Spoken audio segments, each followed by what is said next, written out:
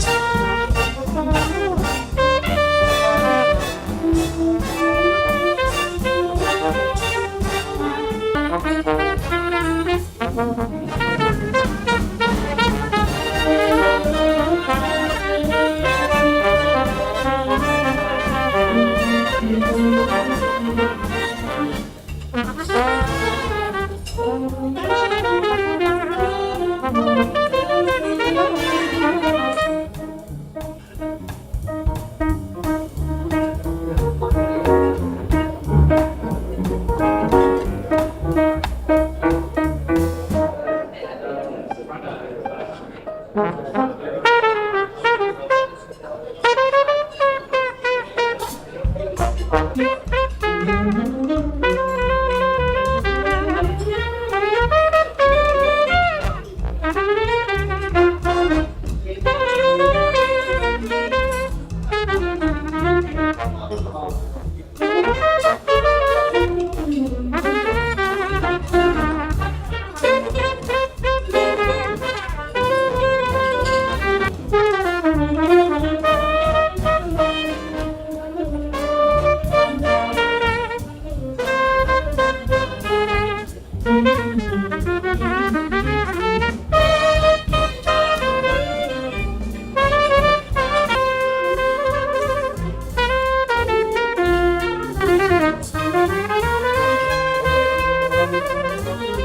side you're coming on? Side.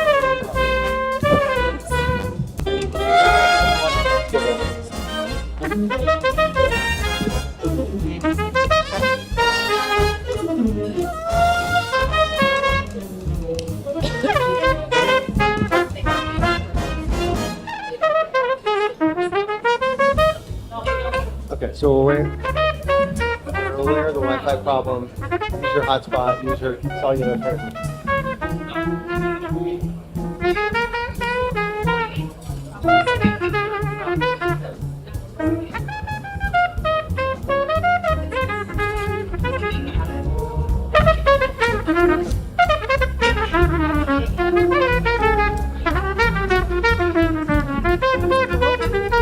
Even though you guys are in this with yourself. That's fine.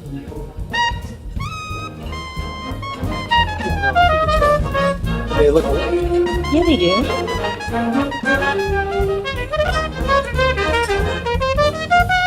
I just wish I had a pillow or something. I know, this is not comfortable. Now feel like I'm resting.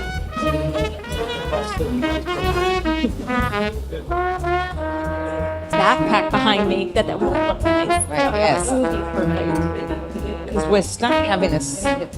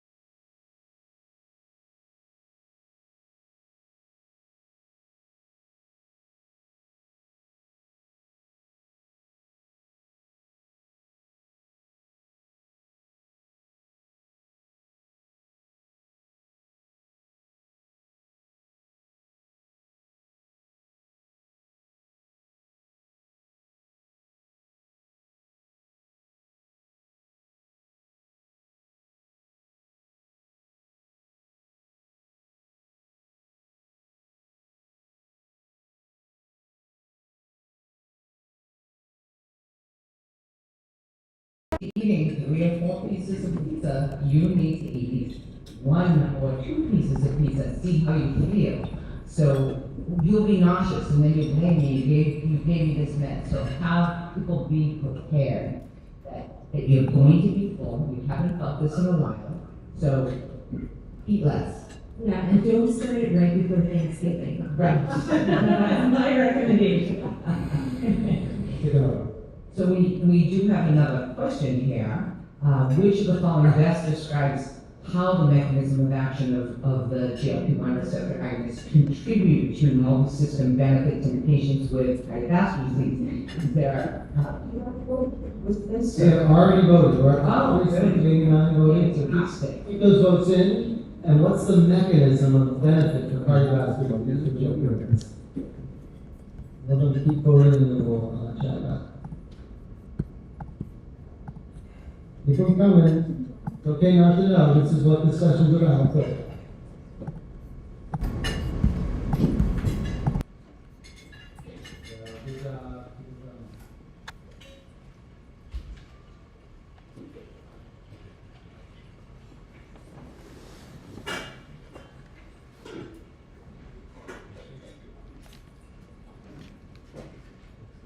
Talk about that question a little bit. So one of the things that we really didn't talk about is kind of the pleiotropic effects, and this is, with this question, it is part of it. So why is this important is we can truly look at holistically about the various trials, but it's beyond that. It's cardiovascular disease, cardiovascular events, it's heart failure and peripheral artery disease, and other pleiotropic events. So at this point, this is what we're going to go through. We'll take a look at that, chronic kidney disease, and so forth. All right. So increased microvascular function, decreased inflammation, decreased RAS activity. So excellent job, everybody. Generation and the second generation GLP-1 receptor agonist and dual incretin.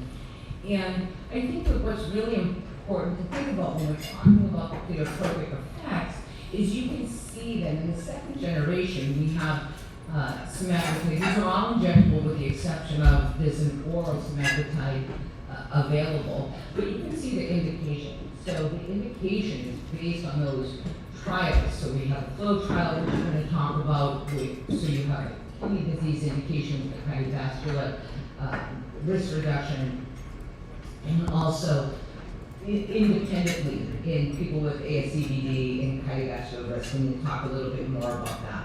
But I think that what we need to think about is that low, go slow, 0.25 is the starting dose there, 2.5 for tirzepatide, and by doing that, we can ease patients into that and maybe prevent some of those GI side effects. Speaking of cardiovascular risk, so I remember when the leader trial came out with liraglutide, that was exciting, right? So that was, if we think about how did this indication come? So the leader trial with liraglutide, 13% reduction of major adverse cardiovascular events, so decreased MI, stroke, cardiovascular death. And then we had the rewind trial with liraglutide, and that was, so it was 13% reduction, very exciting. 12% with liraglutide, and then we have semaglutide, 26% reduction, and that is, it's on the label for all of those 3 drugs, but this is one of those things when we're looking at a patient with cardiovascular risk, what are we going to do? We need to think about it, and this is why all the guidelines are recommending, based on that indication and based on that data, choosing drug therapy where we can holistically look at what's going on with the patient. So why do we have these kind of positive effects? Why is it, positive?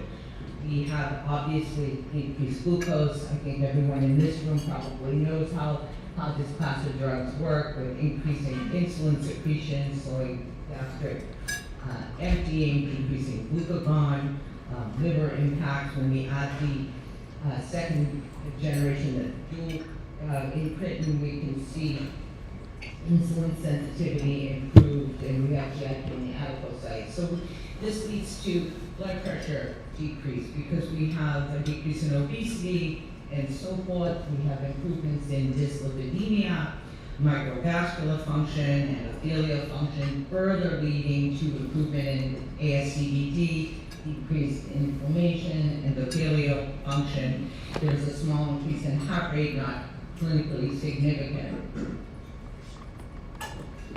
And then what about heart failure? So we know that SGLT2 inhibitors are the mainstay of heart failure therapy. But now we have data. So if you look at the STEP-HFpEF and FLOW, and looking at that data for semaglutide, we have significant improvement in quality of life and other impactful instances for patients with diabetes and obesity and heart failure. The SUMMIT trial for tirzepatide, and we'll talk a little bit more about those trials as we move forward. But why? Why do we have this occur? Decreased visceral fat, decreased arterial pressure, so improvements of blood pressure, decreased inflammation, improvement of glucose levels. So we know, although it's not on label yet, not indicated yet, we have improvement in heart failure. So when you're thinking about the patients that are in front of you, we need to think about what other things are going on with that patient outside of just glycemia. So we'll talk a little bit more about that evidence. Yeah, and I think it's really nice to highlight that for years, we just had agents that lowered glucose. And that was really our goal, is the glucocentric. And now we actually have agents that not only lower glucose, but improve body parameters, improve cardiovascular risk, improve all those downstream complications. And when I'm talking to a patient, I'm actually saying, this particular medicine, maybe a sulfonylurea, just lowers your sugar. This agent does these additional benefits, and I think it actually is an important discussion point with our patients to talk about, this is why this is a good medicine for you. And then I think, yeah, please. Yeah, and the other important point too is that it appears that the benefits of these therapies are really evident very soon after they're started. And so unlike, metformin is our old friend, and metformin is a very effective glucose-lowering medication, it took in the UK-PDS trials 10, 20 years of therapy before a true clinical outcomes benefit was detectable in the patients who were preferentially treated with metformin. Now we have the option of selecting therapies that will provide an outcomes benefit far more quickly. So bring out your phones. Yep. Okay. So this patient is a 58-year-old man with type 2 diabetes. He is overweight with a BMI, he has overweight with a BMI of 28. He's had a prior MI, and he has chronic kidney disease, currently treated with metformin 1,500 milligrams daily. His hemoglobin A1C is 5.8%, and he complains that he continues to have diarrhea.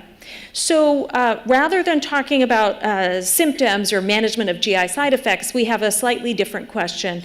Compared to metformin, what would be an advantage of changing his therapy to a GLP-1 receptor agonist? Would it be that he has a decreased risk of diabetic retinopathy, that he has a lower risk of GI side effects, or that he has slowed progression of kidney disease? Again, this is if he were to change from metformin to a GLP-1. And I probably should have told you ahead of time, you're not going to get to see your results because these are the pre-tests. You'll have an opportunity for a post-test as well. But keep the votes coming in, and we will make sure that you get all of your questions answered.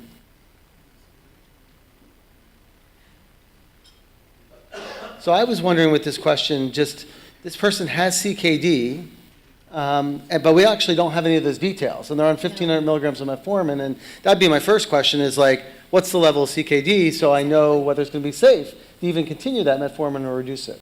Exactly. And I think our thresholds for use of metformin and CKD have changed a bit as we've learned more about the risks associated with that medication. So people can stay on it at some dose until the eGFR is relatively low. But yeah, you may want to make a different choice. And I think the A1C was chosen specifically to be very well controlled at 5.8%. And then it can become a question of either or rather than adding.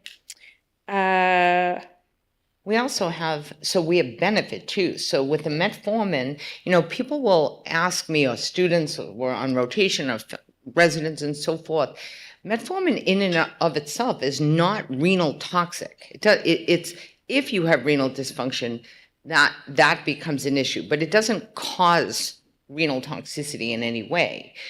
But here you have GLP-1 that we have data that actually has endpoints of improving kidney outcomes as well as cardiovascular outcomes versus metformin. So I think that, that's one of those things that we're thinking about that goes beyond the GI side effects. Yeah. And I think everybody who's answered is going to, is that all right if we discuss the answer options now so we don't need to keep it a secret?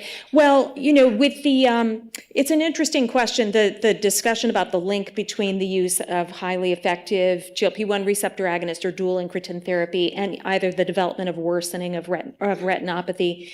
There has been an association between starting the potent incretin-based therapies and, in particular, worsening of retinopathy over time. That is thought to be due to the effect in those trials of really very rapid and dramatic lowering of hemoglobin A1C. So it might be a little bit less of an issue for this gentleman. But compared to metformin, with metformin, there really is no concern. So that wouldn't have been the correct answer. Each class, the GLP-1s and metformin, have the potential for GI side effects, so it probably would be kind of a comparable risk, and he's already having a little bit of GI upset. But as I'll go over later, really the clear outcomes benefit of switching to a GLP-1 receptor agonist, and we'll talk about the specific agents and data available, is that you would be able to tell him with confidence that the GLP-1 would slow the progression of his kidney disease, and we'll talk about the FLOW trial. Alrighty, so which of the following statements about the impacts of GLP-1 receptor agonist and dual GLP-1 GIP receptor agonism in the treatment of type 2 diabetes is correct? Do both decrease nausea? Both decrease triglycerides? Does a GLP-1 RA decrease glucagon and GIP receptor agonist increase glucagon? Do the GLP-1 receptor agonists decrease insulin sensitivity and GIP receptor agonists increase insulin sensitivity? So a little bit of a mouthful there for the last two answer options, but let's get the 64 of you who responded last time to answer. I think I'll wait a little bit. We want to see how smart you are first.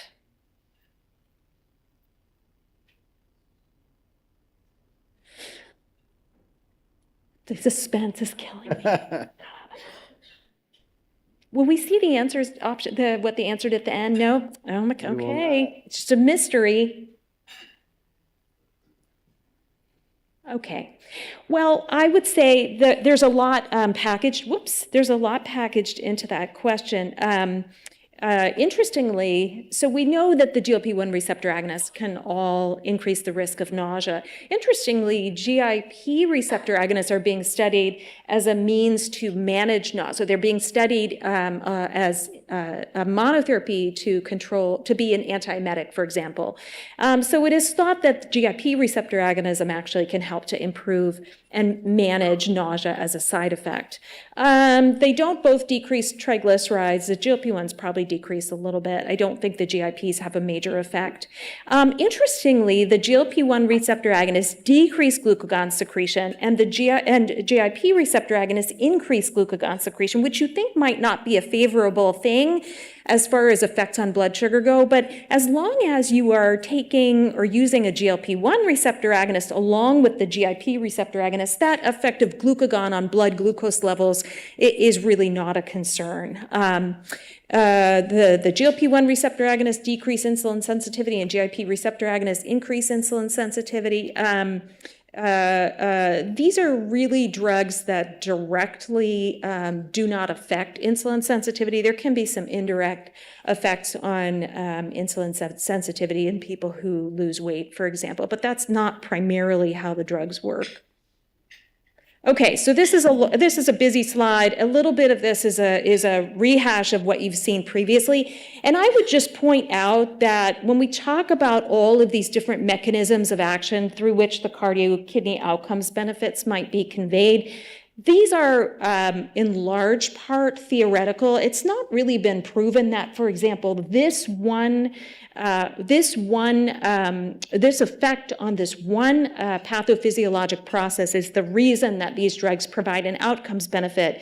But there are lots of potential effects of GLP-1 receptor agonists that could be beneficial. And they're kind of bucketed here into indirect and direct effects. And what we tend to think about most are the indirect effects, because we know that the GLP-1 receptor agonists have a favorable effect on what we kind of think of as the traditional risk factors for cardiovascular and kidney disease, like weight, blood pressure, lipids, and then there can be some direct effects on coronary blood flow and left ventricular function that have been seen in preclinical data. But there may be direct effects as well that are a little bit harder to demonstrate, but that may be important as well. This first bullet basically is a long way of saying that the drugs do convey a bit of a natriuresis. They do promote modestly the output of sodium and water. There is thought to be improved tubuloglomerular feedback in the kidney, and as you can see, lots of other potential benefits that we talked about in one of the earlier questions. There may be downregulation of the RAS system, and we're really recognizing how overactivation of that system can have detrimental effects on the cardiovascular and kidney systems. There is thought to be, as a result of GLP-1 receptor agonism, a reduction in both systemic inflammation and organ-specific inflammation. This calls out here specifically inflammation in the kidney, but this probably happens in the myocardium as well. And then over the long term, this inflammation can result in organ fibrosis. So something that mitigates inflammation in those organs may have direct and beneficial effects on the structure of those organs as well. I'll show you a little bit of data about the effects of GLP-1 receptor agonism on the liver.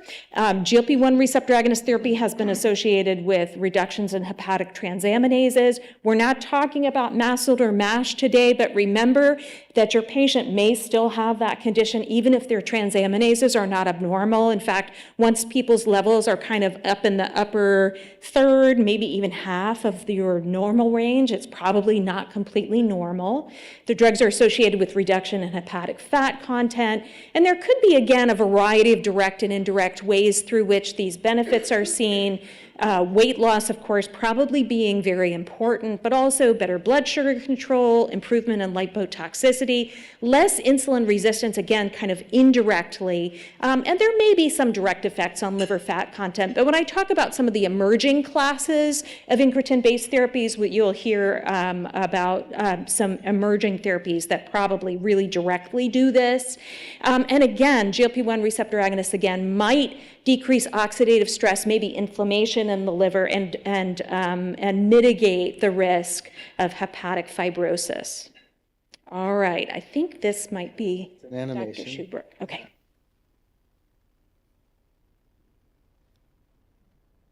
And this is really just highlighting kind of the sometimes complementary and sometimes synergistic interactions between the effects of GLP-1 receptor agonism and GIP receptor agonism. And remember, work together. For example, effects on glucagon aren't going to end up in hyperglycemia because they're working in tandem with each other. And then really highlighting both the like the liver versus systemic effects, and really the body works as a unit. This is why we say the holistic approach. And I think it's important to recognize that when you look at things like glucagon metabolism, it's slightly different. Fat metabolism is slightly different. But used together or through the backbone of a GLP-1, you're really getting those extra glycemic benefits.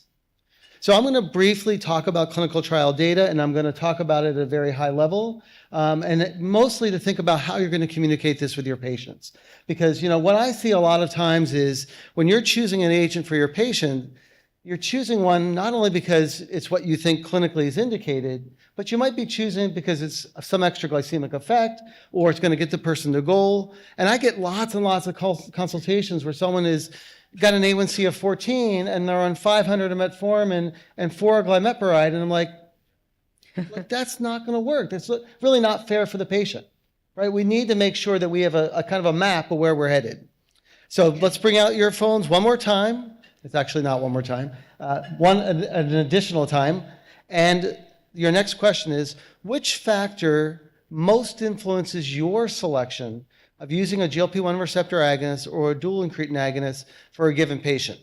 Is it the dosing frequency, comorbid conditions, the cost or formulary access, route of administration, efficacy, or indication? So please vote. We get to see the results this time. I like it. Yeah. And there's, of course, no right or wrong answer Correct. here.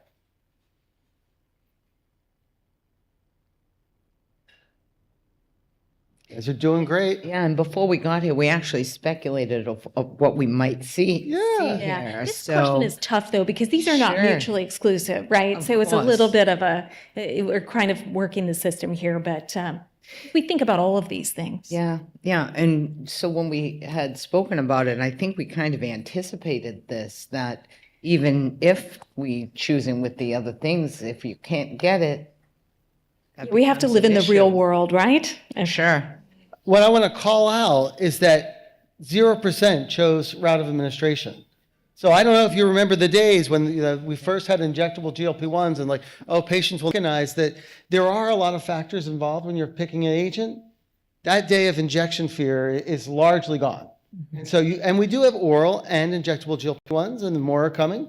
But I think it is important to know that that should no longer be considered a barrier, and it's not a barrier by your answers. Anything jump out at you other than the well, cost? nobody chose dosing frequency either. Yeah. I think they're more alike than different now, to be perfectly honest. But yeah, so that's interesting. I wouldn't have expected 0, but there you go.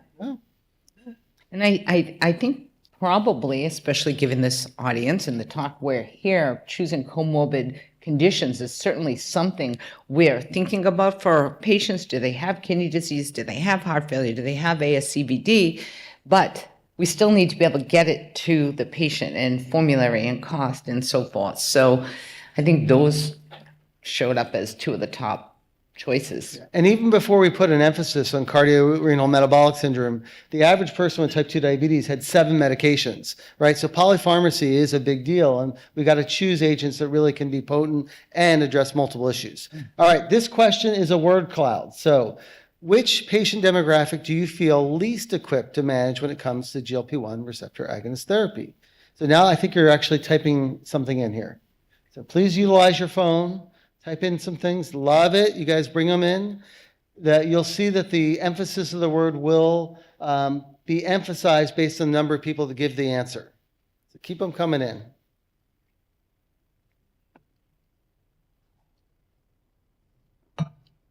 I love those little thumbs up coming through. Like a little bit of affirmation coming through. For sure. These are great. I kind of am getting a sense for the types of questions we're going to get already.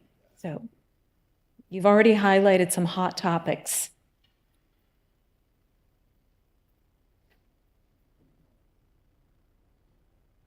At some point, I want to get back to your patient with an A1C of 14%. Like, that's bothering me.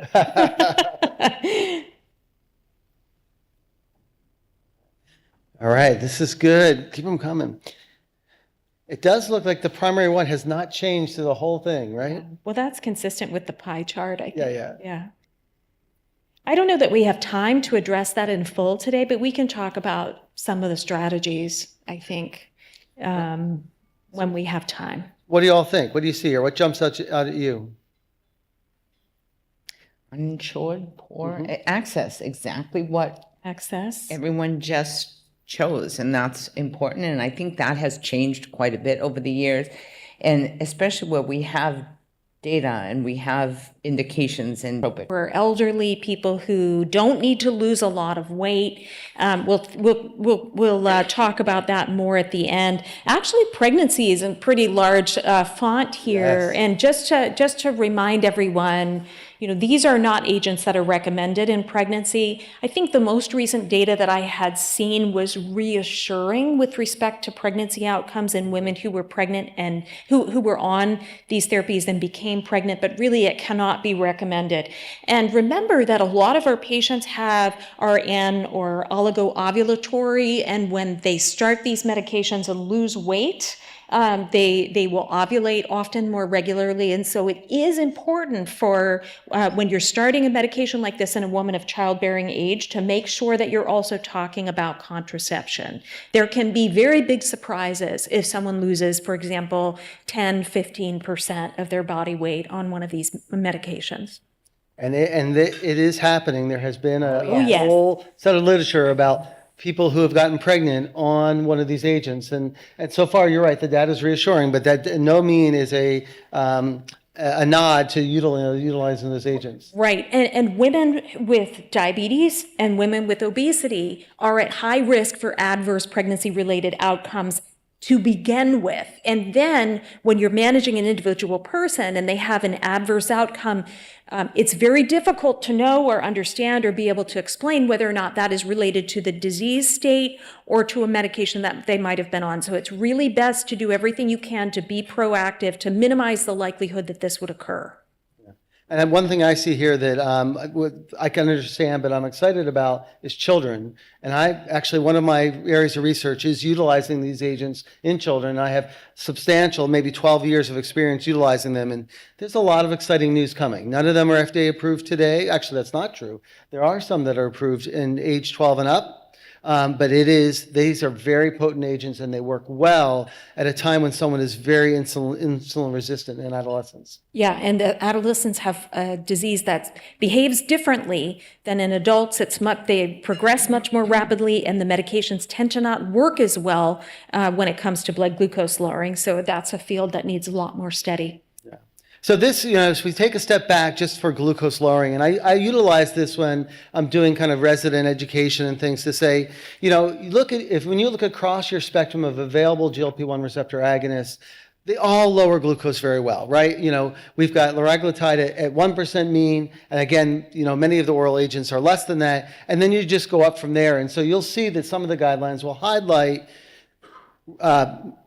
mild, moderate, and high potency. And again, you should choose your agent based upon how far you are from goal. Like give the patient the best chance for success. And so you do see you've got at least two here that get more than 2% A1C reduction. And this is important because I want my patient to know what to expect when we're using those agents. And while you start low and go slow, you can titrate to that benefit that you need to get.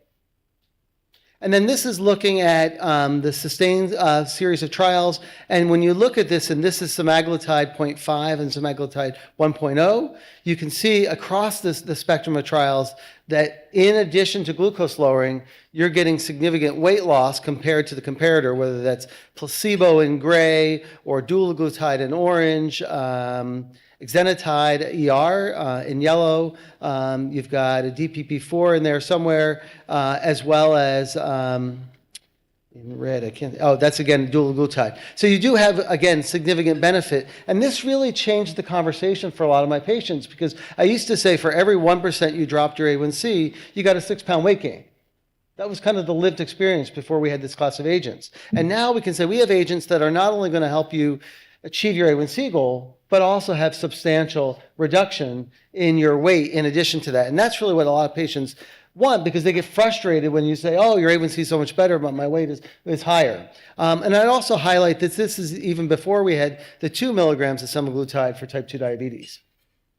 When we look at the SURPASS trial, again, the series, this is again looking at tirzepatide in patients with type 2 diabetes, and again, looking compared to the comparators, and again, I'm calling out the asynchronous climb of these agents. This is again only looking at the semaglutide at the lower dose.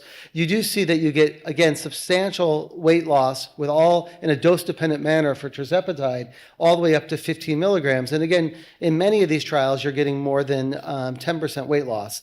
And it is important to call out, and I think the next slide shows it, that you're going to get a little bit less weight loss with any of these agents in people with diabetes versus without. And so I think it's very important to make sure you set realistic expectations with your patients. I don't know if you guys want to add anything to that.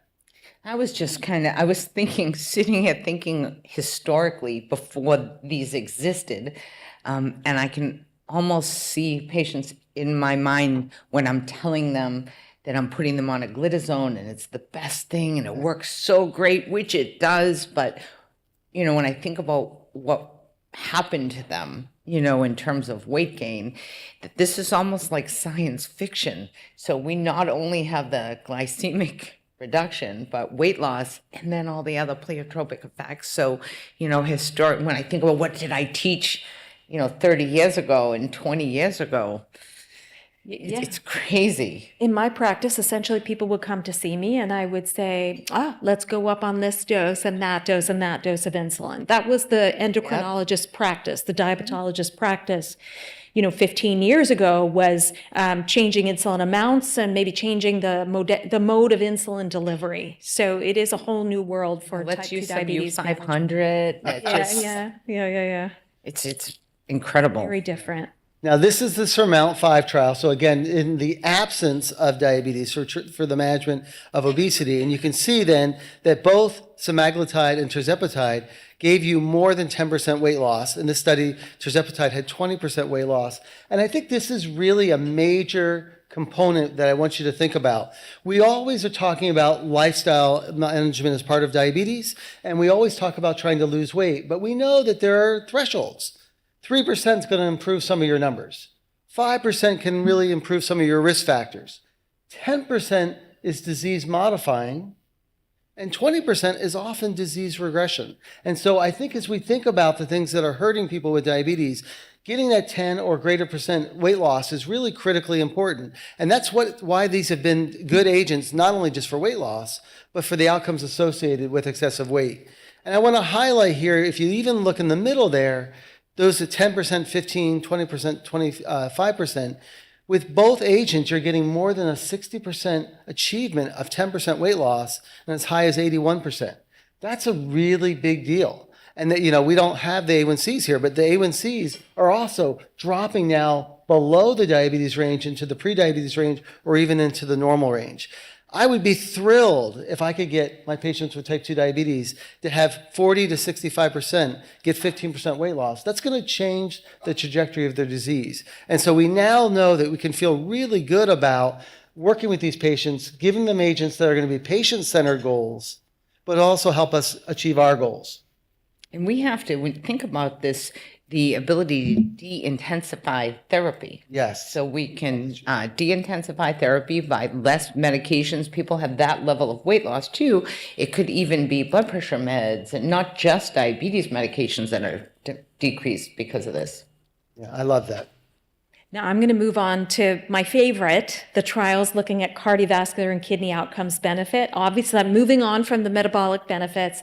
So I'm just going to very briefly summarize some of the findings from some of the most recent and key outcomes trials studying the effects of GLP-1s in dual incretin therapy. So the SOUL trial was a big deal, and this was published, I think, not long ago at all, earlier this year. And this was a trial that enrolled about 9,500 participants with type 2 diabetes and known established atherosclerotic cardiovascular disease, chronic kidney disease or both, and randomized them to either oral semaglutide or matched placebo. And essentially, you can see here the Kaplan-Meier curve showed that being assigned to oral semaglutide therapy significantly reduced the risk of major adverse cardiovascular events compared to placebo. You get about a 14% relative risk reduction, and this was over a median of 49.5 months of follow-up, and this was a highly statistically significant difference.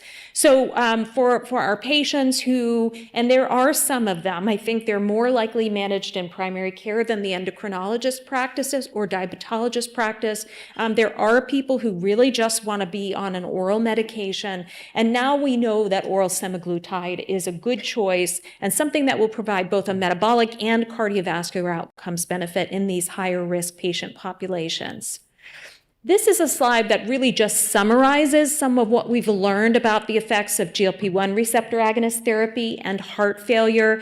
And there's a lot going on in these trials. These aren't all heart failure specific trials, but they're trials that look specifically at the effects of semaglutide compared to placebo in patients with heart failure and either moderately reduced or preserved ejection fraction. So this is a pooled analysis of SELECT, which was a trial of people with obesity and established atherosclerotic cardiovascular disease, FLOW, which was people with type 2 diabetes and chronic kidney disease, and then the STEP-HFpEF and STEP-HFpEF-DM trials, which looked primarily at functional status in people with HFpEF treated with semaglutide compared to placebo, but in which a few hard outcome events occurred and were included in this analysis. So when all of these data were analyzed together, looking at the effect of semaglutide on a composite outcome of cardiovascular death or worsening heart failure, overall you see a reduction of a relative risk reduction of 31% in this composite outcome, again, of cardiovascular death or worsening heart failure with semaglutide treatment in patients with moderately reduced or preserved ejection fraction heart failure. So really a lot of data emerging. And then importantly, the SUMMIT trial, which looked at the effect of tirzepatide compared to placebo in patients with HFpEF and obesity. And again, you see here with a difference pretty visually emerging at about 2 years in this population of people, that tirzepatide therapy led to a lower risk, again, of this composite outcome that is used in a lot of these heart failure trials, again, a composite of cardiovascular death or worsening heart failure compared to placebo. The hazard ratio for that outcome being 0.62, pretty impressive with tirzepatide therapy compared to placebo. And again, this was a statistically significant outcome. And importantly, the results, the effects of tirzepatide were similar in people with and without type 2 diabetes. So it is always important to look at that breakdown.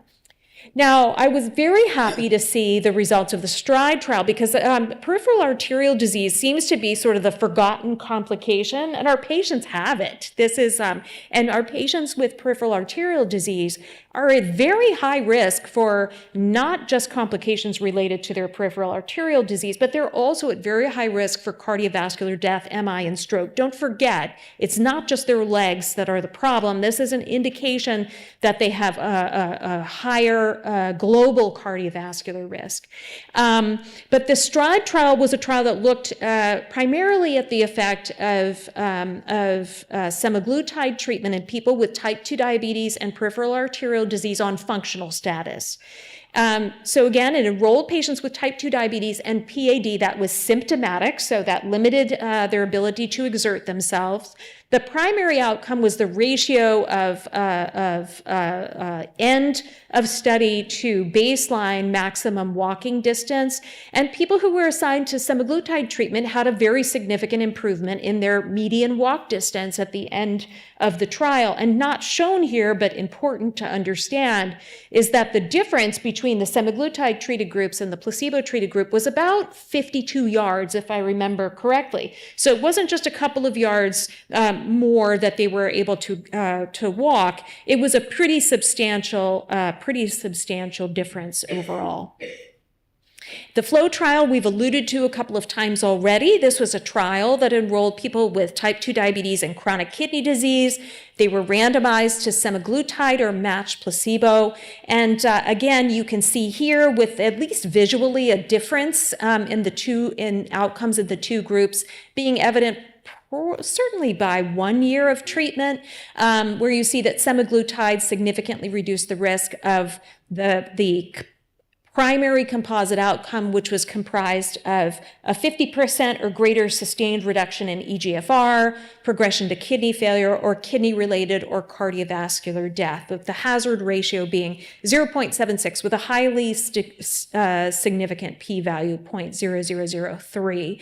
So again, there are accumulating data now in a dedicated kidney outcomes trial that the GLP-1 receptor agonists significantly reduce clinically important kidney and cardiovascular outcome events in this high-risk patient population.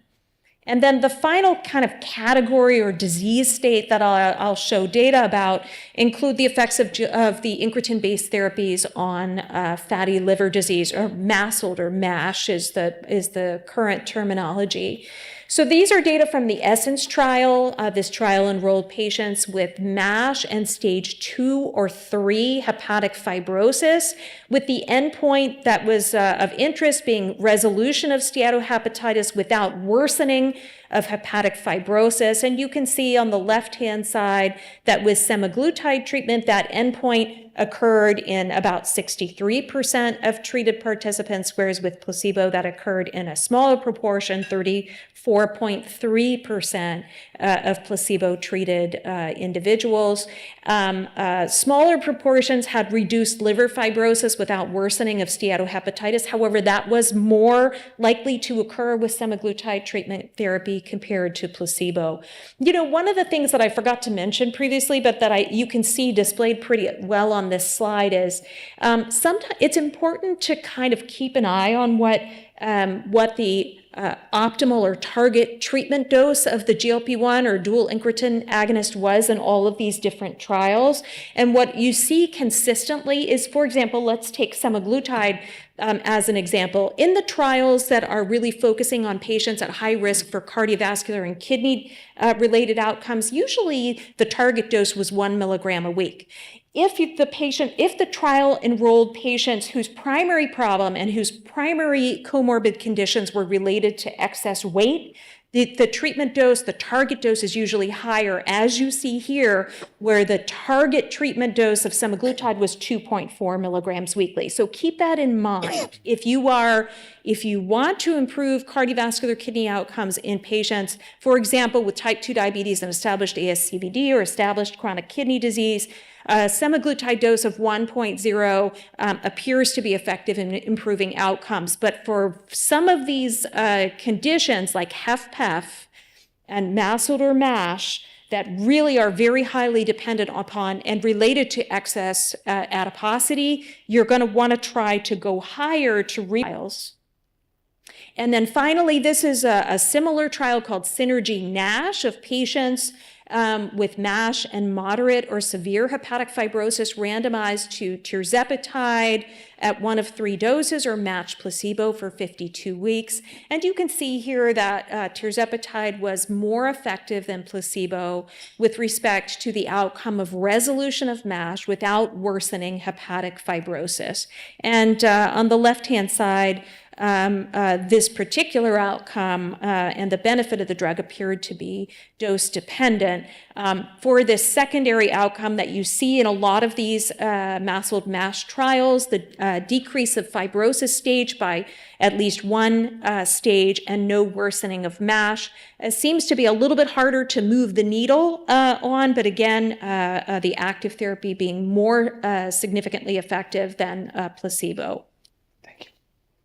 Just a reminder that what we have available now, we have a lot of tools in the toolbox to manage our patients with, but there's so much more coming. And this was a very recently published, this is from a very recently published fabulous manuscript by Dan Drucker that was published in April of this year. It's already a little bit out of date because the field is moving so rapidly. And what's shown here at the top of this original chart in the manuscript, you see this little figure that's all in the kind of turquoise, the light blue color. That represents essentially the GLP-1 or GLP-1 receptor agonist sort of molecule. And now what's being shown here is what's been built upon that sort of shape, structure, molecule, and what we can expect to see in the future. We already have seen quite recently results for some of these agents. So if we look at the top right, orforglipron, or Orfo for short, is a small molecule orally administered GLP-1 receptor agonist of a couple of CagriSema trials, which is a combination of a GLP-1 and amylin receptor agonist, shown demonstrating very significant improvement in weight, as well as hemoglobin A1C in the patients with type 2 diabetes studied in those trials. You see tirzepatide here is already available to us. To the left of that at the top, retatrutide, which is a tri-agonist, which is fairly far along in clinical development, and this is an agent that provides both GLP-1, GIP, and glucagon receptor agonism. The really fun thing about these glucagon receptor agonists is that when you think about it, glucagon is really a signal to the liver to like provide a lot of energy into the systemic circulation. So what you often see in trials of agents that include agonism of the glucagon receptor is that a huge amount of hepatic fat will be mobilized when people are treated with these agents. So it'll be really interesting to see what the effects of these drugs will be in people with MASLD and MASH. But again, lots of other classes, types of agonists that are becoming available. You have,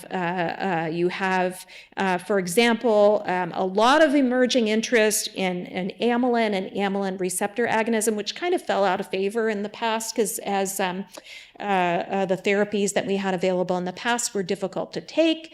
But lots of really fun agents that will be coming down the pike. And we should have really, if the majority of these are successful in their clinical development programs, we'll have a lot of options to treat our patients with. And we can truly, I think, provide individualized treatment options for our patients.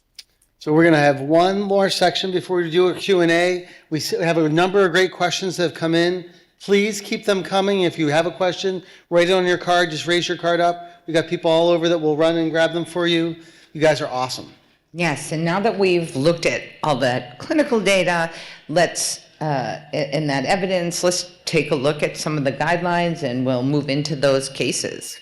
So, polling time. So take a scan of that. And they can use the same code, I believe. Yeah.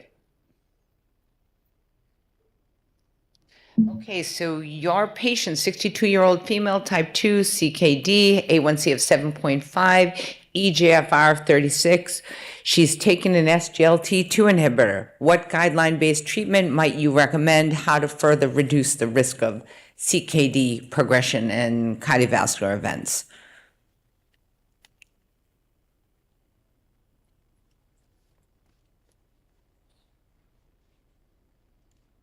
So this is an interesting question. This patient's already on guideline standard SGLT2 inhibitor with CKD. So, where do we go next and what's recommended?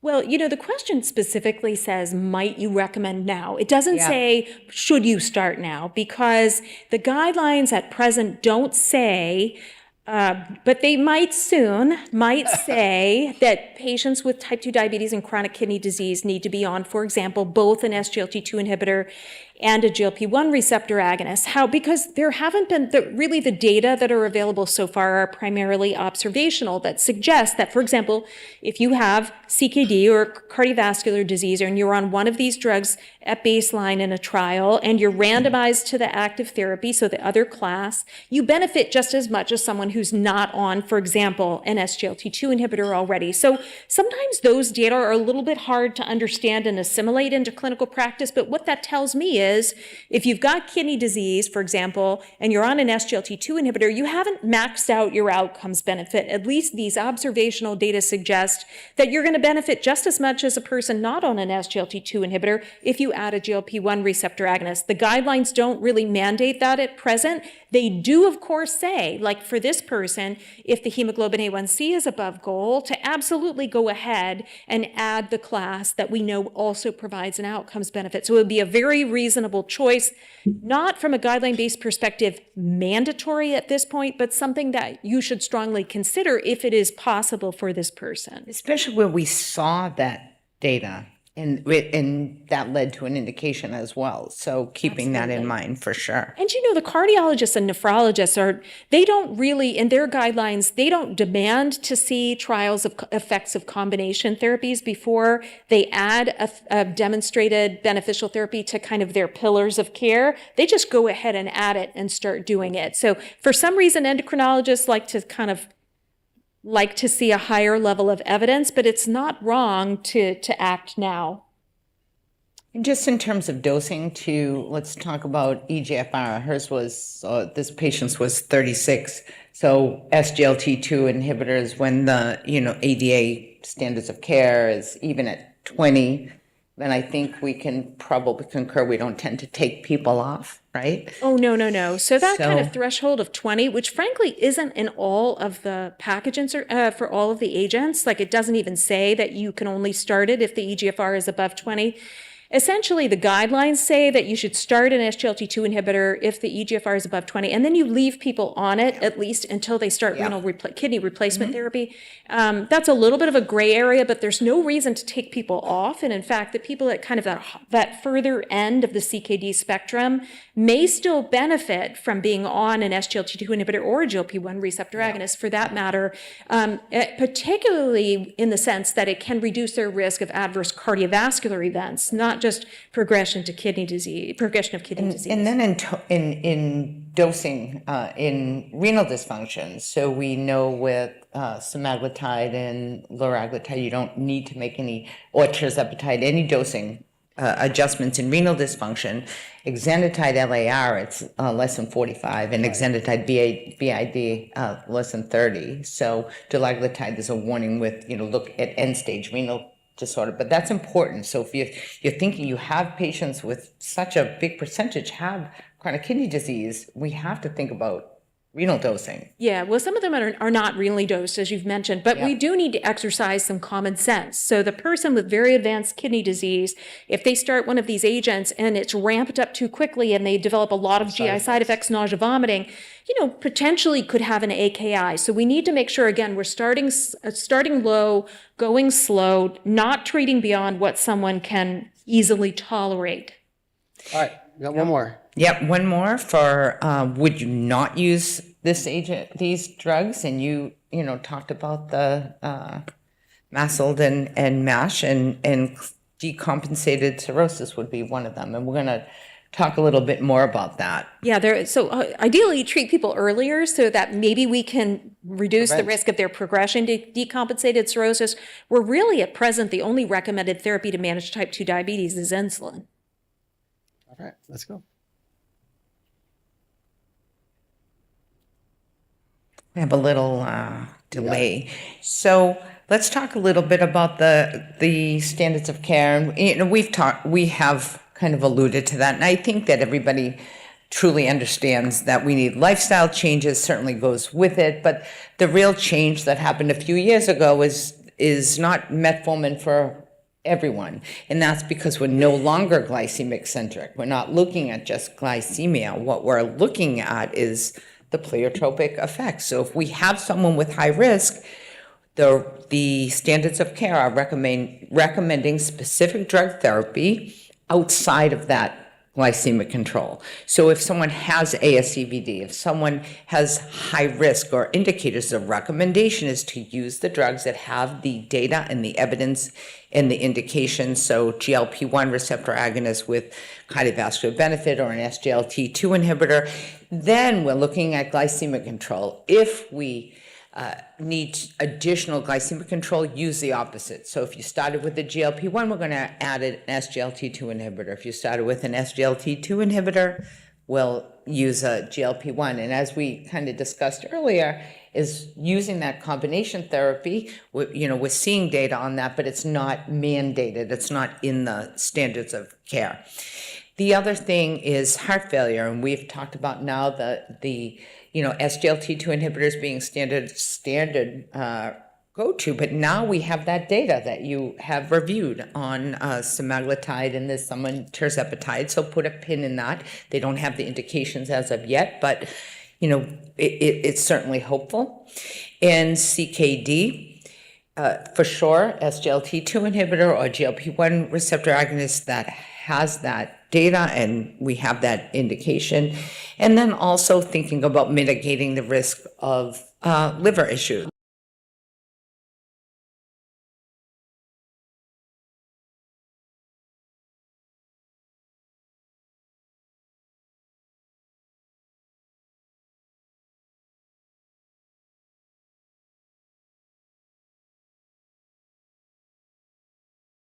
For efficacy for weight loss, the very high would be semaglutide injectable and tirzepatide.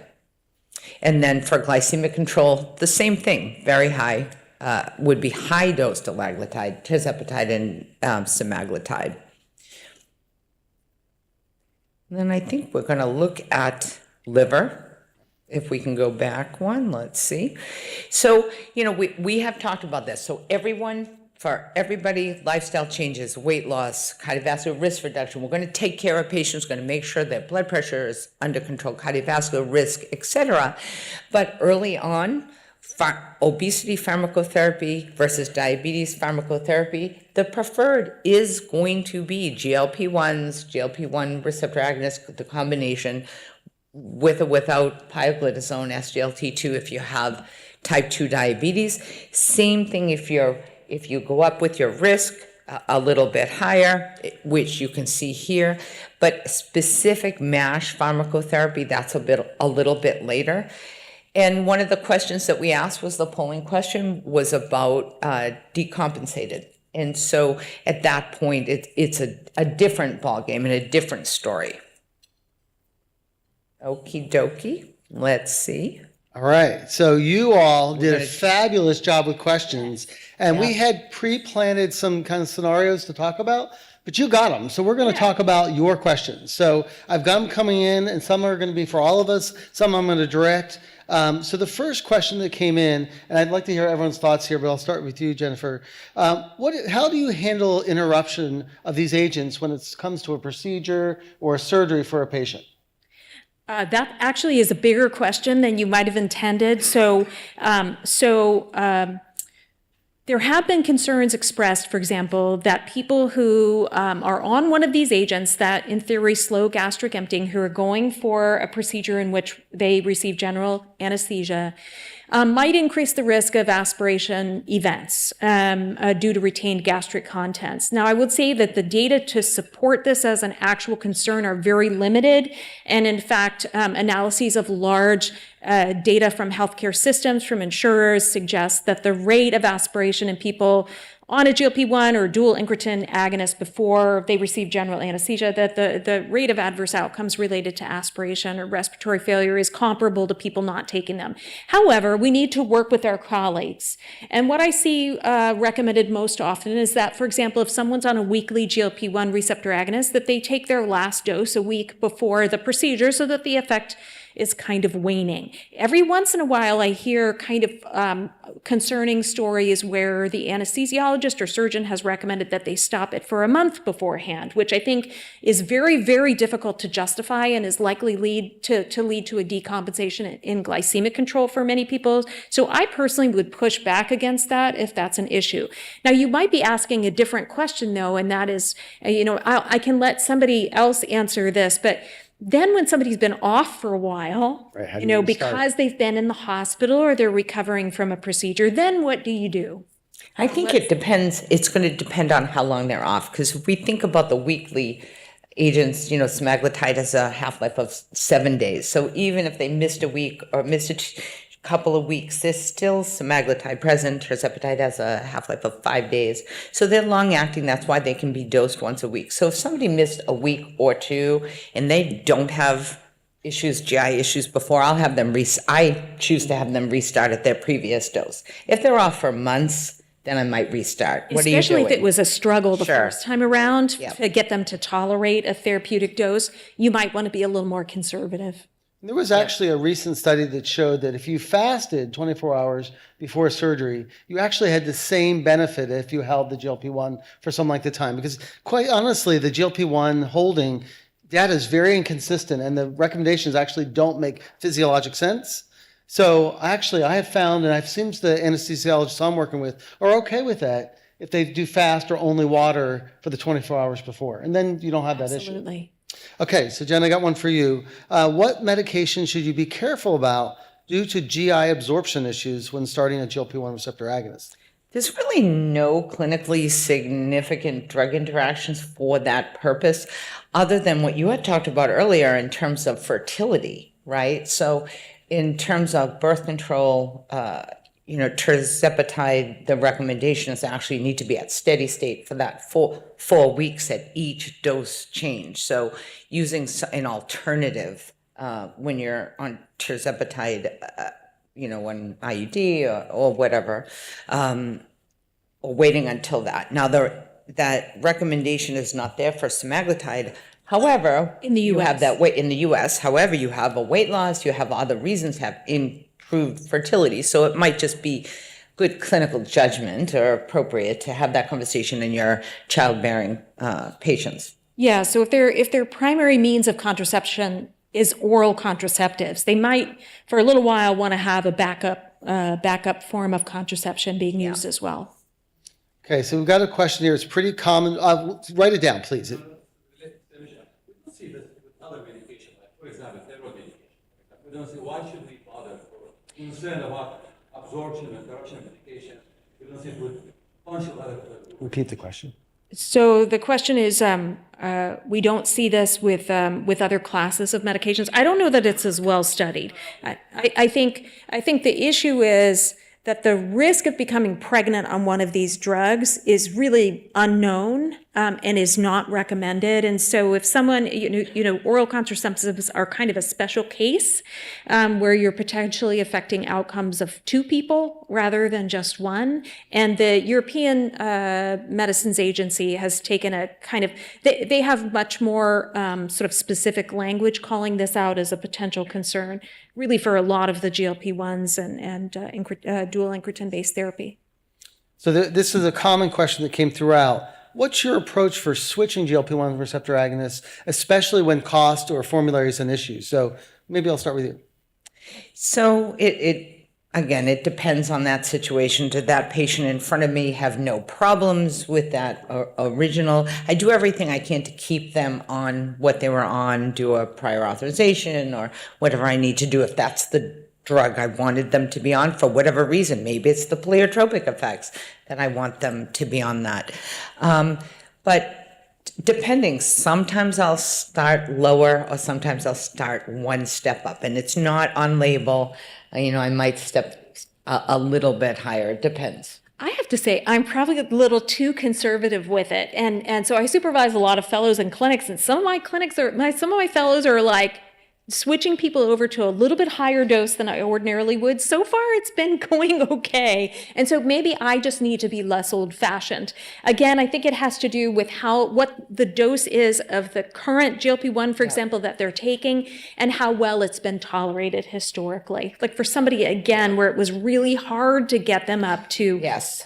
like the max dose of dulaglutide or whatever, Right. you're probably going to want to be fairly Yes, conservative. for sure. So everyone has an individual, patient-specific.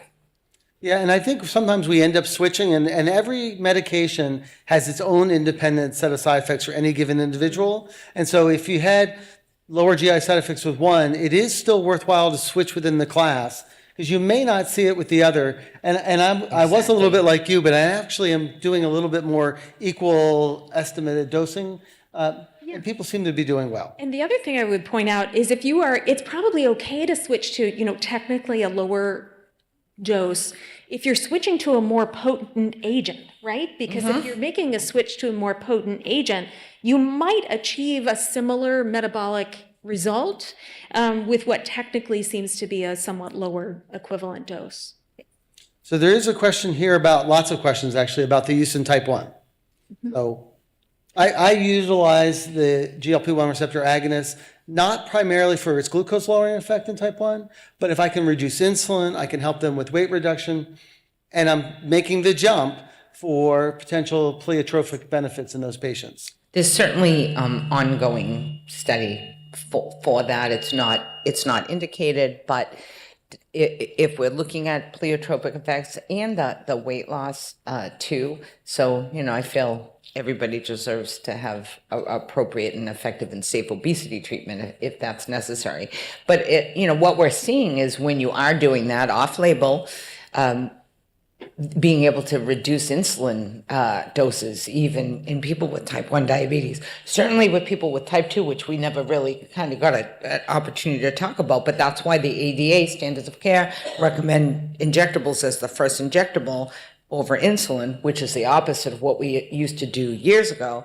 But don't forget to lower insulin doses if we're doing the opposite. And that's what we're finding in type 1 diabetes also. Yeah, and there were data presented at ADA this Yeah. year that suggests that semaglutide is a reasonable complementary therapy in people with type 1 diabetes who also had overweight and/or obesity. So this is probably not a treatment that you want to give to a lean person with type 1 diabetes because you're not going to really gain very much, and we can't say that it will improve their cardiovascular and kidney outcomes benefit at this time.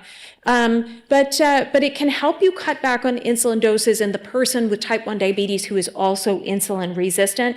But we do need to be careful not to cut back too much. And we need to be careful to manage symptoms or to, again, titrate up slowly, because if someone becomes very ill, has nausea, vomiting, they may hold their insulin and be at risk for DKA. So you have this extra concern in the person with type 1 diabetes that, there is the potential that their insulin doses will be cut down below what their basal requirements are, and that it would increase their risk of DKA. So we need to be sure that a balance is struck, and that we don't overdo in our reliance on what can be accomplished with the incretin therapy.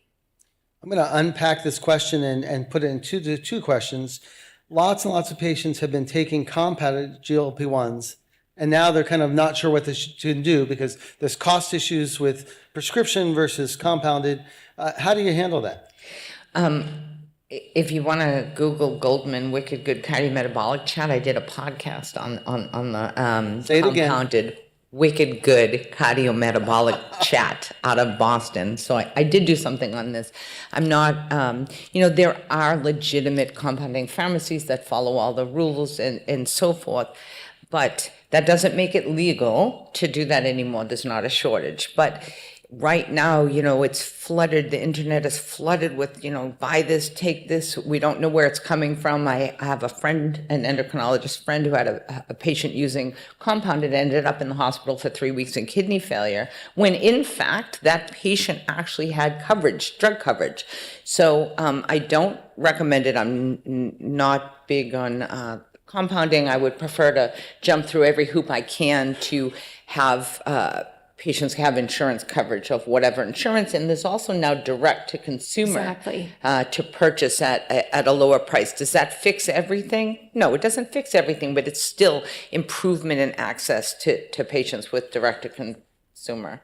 Yeah, I don't have a lot to add there. These were considered acceptable alternatives to pharma manufactured GLP-1s and other incretin-based therapies while there were shortages. But the FDA has decided that, I think in June, that the compounded formulations are no longer necessary and they're therefore not legal. So we can't really prescribe things that aren't legal. That doesn't mean that people won't continue to obtain them. But as you had mentioned, it can take a little bit of extra work to really explore how people might be able to obtain essentially the official formulations, and there are more and more options to do that all the time at better and better prices.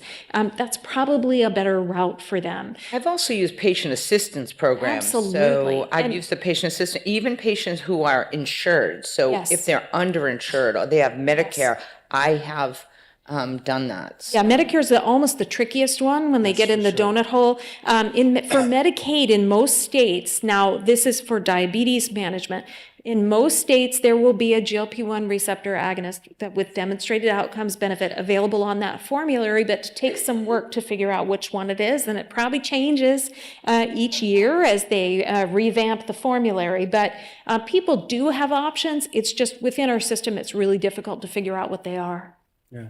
And it's really important, at least in the West Coast here, if you're writing a GLP-1, you actually have to put the indication in the SIG because the indication has to match the medication indication. So when I write, semaglutide for obesity and I put the obesity code, I'm much more likely to get covered if I'm writing the right brand medication with the right indication and it's in the SIG. So make sure that you do that. And speaking of Medicare and donut hole, so that's gone now. So there's no donut hole anymore. So if you have patients on Medicare, it's now maxed. So it's like $2,000 for the year that they're going to spend outwards. So what you want patients to do is at the beginning, they need to contact their plan and have it spread out over those 12 months, or they have to pay that $2,000 up front. But that also makes accessibility of these classes of drugs for that population so much easier versus what we had before. The other thing that's really exciting is that a lot of these agents, as well as SGLT2 inhibitors, are on the list of like 15 additional agents that Medicare will be negotiating prices for in the coming year or so. And so we might actually see that for our patients with Medicare, costs come down really significantly. And what you tend to see is if the Medicare prices change, often there's kind of a ripple effect throughout other types of coverage. So hopefully we will see that. So there's a question here about safety in children and adolescents, particularly since they have great efficacy in type 2 diabetes and prediabetes. We have known the GLP-1s for 28 years, right? At least commercially, 20 years, longer than that. So we do have some long-term data. I can tell you in the studies that I've been doing since 2010, that I've followed these kids and they're doing quite well. So there doesn't appear to be long-term safety issues. There is always the issue as it relates to sarcopenia and bone health. I think it's a little bit different equation in children that are still growing because they're still active, but I'd be happy to hear those side effects in the adults and kids for you all. Well, just to talk about the kids, there's I know liraglutide has an indication for treatment of type 2 diabetes down to age 10, I think. And I don't treat children at 12. And then there's another agent too that has an indication, dulaglutide, in adolescents as well. So we do have on-label therapeutic options. Did you want to talk about changes in body composition, et cetera? Yes. So this is, this is a hot topic. We should have probably touched on this a little earlier, but the very potent incretin-based therapies result in quite a bit of body weight loss. It is not all adipose tissue that is lost. When you kind of compare the effects of weight loss with incretin-based therapies on what is called lean body weight or lean body composition, it's probably comparable to what you see with metabolic or bariatric surgery, might be a little bit more. And also, it's important to remember that in the trials where body composition was actually followed in a rigorous fashion, they used DEXA, which is probably not the very best way to determine the effects of the weight loss, specifically on muscle. So lean body mass is not just muscle, it's organs, it's fluid, it's cells, for example. And so we don't have quite as much information as we would like. But it's a concern for the person, for example, who really loses a tremendous amount of weight, who might be a little bit older and more frail at baseline. At present, I don't know that there's a lot that we do beyond exercising good common sense and not treating with doses that are higher than physiologically necessary, and maybe backing off on a dose if we see someone becoming a bit weaker and what appears to be sarcopenic. There are recommendations that people participate in resistance exercise and to make sure that they're getting an adequate amount of protein in their diet. It may be worth sending them to a nutritionist or dietitian again to talk about that. And then there are a lot of other newer medications in development that are being considered as therapies to give alongside, for example, these potent incretin-based therapies that might have a bit of a muscle-preserving effect. All of these are very in early stages of development. They're probably going to be very expensive if and when they are approved. And there are also newer anti-obesity medications that are being studied that at least it's claimed to have a bit less of an effect on the loss of lean body weight. But again, that's all to be determined. I think just the most important thing is don't overdo it with the dose. As people age, they're probably going to be on these medicines for many, many years, and our requirements, our bodies change as we age. And even though somebody needed max dose semaglutide at one point, they may not and probably will not need that forever. So it's very reasonable to regularly reassess and see if we can down titrate and maintain the same or even an individually preferred outcome with the lower dose. So there is one here about a patient who had a significant local injection site reaction with tirzepatide. What do you think the mechanism is, and is that a medicine or incipient or? I don't know. Yes. I mean, I really, I think where anything we inject into our body, we certainly have a risk, and some people are more at risk than others. You know, some people it's adhesive, some people, so I would say avoid that one, you know, in the future. And more often than not, it is an incipient problem than the medication problem. Usually. Exactly. And if it happens right away, it's not an antibody issue. They don't have antibodies yet. But yeah, we have options. Try something different. You know, make sure that when they start the next one, that someone's there with them to observe how they're doing. But fortunately, that seems to be very, very rare. Yes, in my I have never seen, experience. I It haven't. just, yeah, I very rarely do my patients complain. Yeah. So this is a relatively straightforward one. If you have a potentially reversible cause of pancreatitis that has been reversed, at least I'm not uncomfortable using these agents. However, if it's a recurrent concern, alcoholism, high triglycerides, you need to make sure that the underlying condition is addressed before you use these agents. I agree. And one thing that is kind of left out a lot of the discussions of the clinical trials data is that in almost all of the trials of GLP-1s or dual incretin therapy, patients with a history of pancreatitis were excluded. So the people who were studied were already people who had not had pancreatitis before, and that's not representative of the entire population. So the results are a little bit biased towards a patient population at lower risk. So we need to exercise good clinical judgment. If somebody has had recurrent pancreatitis because their triglycerides are completely out of control, because they're drinking, you know, sometimes we have people, I have a lot of patients, unfortunately, who've had idiopathic pancreatitis on more than one occasion. That's tricky. These are probably not the next best step for those individuals. It's tough when that happens. So this will be our last question. We'll answer it. This is only a couple that we did not answer, but we'll answer afterwards. What about the discussion about new evidence about non-ischemic anterior optic neuritis? What are we telling our patients? I know right now it's only been seen in a couple studies. They ask that. People are on the internet. They come in and should I or shouldn't I? Which is interesting because people will buy things off the internet and inject themselves. So here we have this drug that has all of these wonderful outcomes and proven outcomes and cardiovascular endpoints.